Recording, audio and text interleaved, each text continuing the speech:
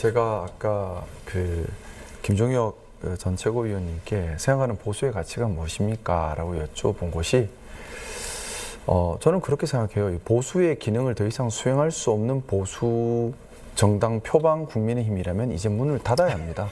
문을 닫아야 된다. 왜냐하면 그래야지 새롭게 정당들이 나설 수가 있습니다. 지금 보면 국회에서 국민의힘을 뺀 나머지 정당들은 늘 모여서 같이 상의를 하는 형국이 되어버렸어요. 왜냐하면 민주당 안에서도 경우에 따라 다른 당이 분화할 수도 있는데 그런 가능성이 없어져 있어요.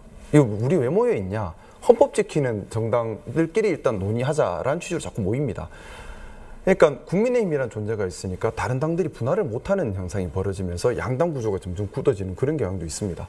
국민의힘이 잘하면 좋아요. 근데 지금 더 이상 보수의 기능이라는 걸 수행을 못한다고 저는 보고 있고요. 아까 보수의 가치가 무엇입니까 여쭤보니까 자유, 관용 얘기하셨습니다.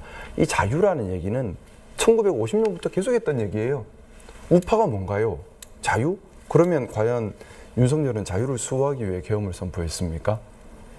저는 보수의 개념이라는 것도 시대에 따라 계속해서 변화한다고 생각합니다. 보수라는 개념, 무언가 우리 사회가 합의한 공통된 원칙을 지켜간다는 개념, 바뀔 수밖에 없죠. 1950년의 보수와 80년의 보수와 2025년의 보수는 다를 수밖에 없습니다. 그럼 2025년의 보수는 무엇인가? 우리 헌법체제 수호입니다. 우리 헌법체제는 87년 헌법체제입니다.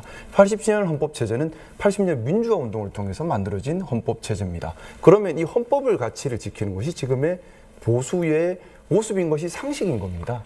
그러면 87년 헌법체제인 지금의 헌법을 수호하는데 앞장서는 것이 보수고 그게 진짜 우파인 거죠. 근데 1950년대 하던 자유 그것도 실질적인 자유 수호와는 정반대로 명목상 자유만 내세우면서 뭉쳐있고 이 자유라는 개념이 왜 위험하다는 얘기를 드리냐면 제가 어제 인사청문회가 있었습니다. 인사청문회에서 통일부 장관 후보자에게 북한 대변인이라는 표현을 쓰더라고요. 옛날 빨갱이라고 규정짓는 것과 똑같은 이런 또 이렇게 악용되는 거예요. 자, 과연 그러면 진짜 자유를 추구하는 것인가? 우리는 87년 헌법체제 속에 살고 있습니다. 이 헌법체제를 잘 수호해 가는 것이 진짜 보수의 모습이고요. 그 기능을 더 이상 할 수 없다. 그 기능에 관심이 없다. 그러면 정치적 수명을 다했다고라고 밖에는 볼 수 없지 않나 생각합니다. 이거는 저희 당으로서는 제가 반박을 안 할 수가 없는데 당연히 헌법 수호하는 것은 보수 진보가 어디 있습니까? 그럼 진보는 헌법 수호 안 합니까?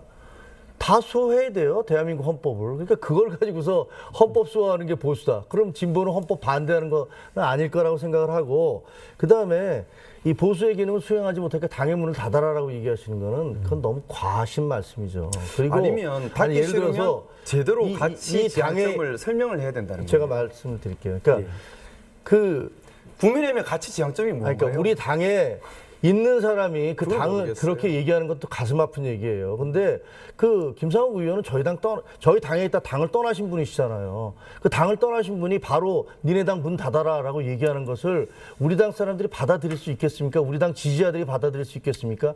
민주당에서 어떤 분이 있다가 우리 당으로 건너오자마자 민주당 문 닫아라 얘기하면 사람들이 그 사람에 대해서 어떻게 얘기하겠습니까? 그러니까 저는 보수가 문제가 있다라는 김상욱 의원님의 말씀에 많이 동의를 해요. 그리고 김상욱 의원님이 굉장히 어렵고 힘들었다는 것도 이해를 해요.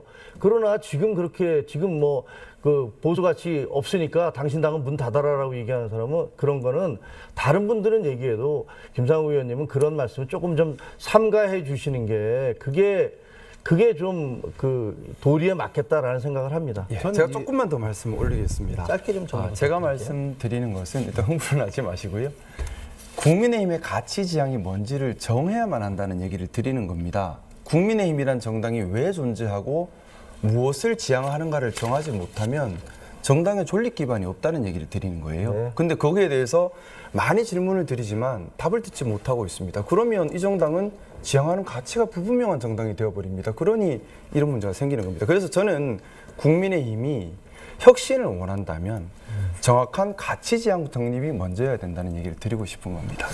제가 약간 이렇게 대신해서 여기 안 계시니까 보수를 대신해서 이렇게 조금 반박을 하자면은 그 가치 지향이 뭔지를 말해라라고 하는 거는 되게 쉬운 공격이에요, 사실. 아까 김상욱 의원님이 말씀 국민의힘이 전체 시민의 뜻대로만 하면 다 해결된다고 하셨는데 전체 시민의 뜻이 뭡니까? 그런 건 있을 수가 없습니다. 그거는 그 전체 시민의 뜻을 늘 자임하는 사람들은 독재자였고 그걸 전유하는 거거든요. 그게 있을 수가 없으니까 차라리 저는 김 의원님이 그런 거 앞장서셨으면 좋겠어요. 이 양당 제도 때문에 문제다, 큰 구조라고 한다면은 선거법 개헌하고 개헌을 빨리 하는 게 지금 현재 말하자면 국민의힘을 어떻게 보면 빨리 문 닫게 할 수 있는 방법일 수도 있을 거예요. 그렇게 접근하는 게 훨씬 더 효율적이지 뭐 네가 뭔지 네가 스스로 말해봐라.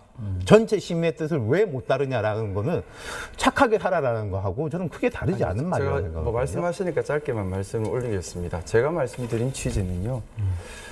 보수당이라면 말 그대로 사회 원칙을 지키는 거죠. 사회 원칙이라고 하는 것은 대부분의 사회 구성원이 동의하는 원칙입니다. 쉽게 말하면 상식선에서 움직이는 게 보수의 기본 작동 원리입니다.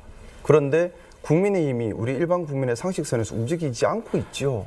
그러니까 보수의 기능을 제대로 수행할 자신이 없으면 국민의 일반 상식선에서라도 움직여 달라는 겁니다. 뭐냐면 지금 어떤 의사결정을 할 때 당원들 의사가 반영되지 않으면 물론 일반 시민들의 의사도 반영하지 않고 있죠. 그러다 보니 일반 시민들의 의사와 전혀 다른 당론으로 가고 있습니다. 그러고서는 보수라는 얘기를 할 수 없다는 거예요.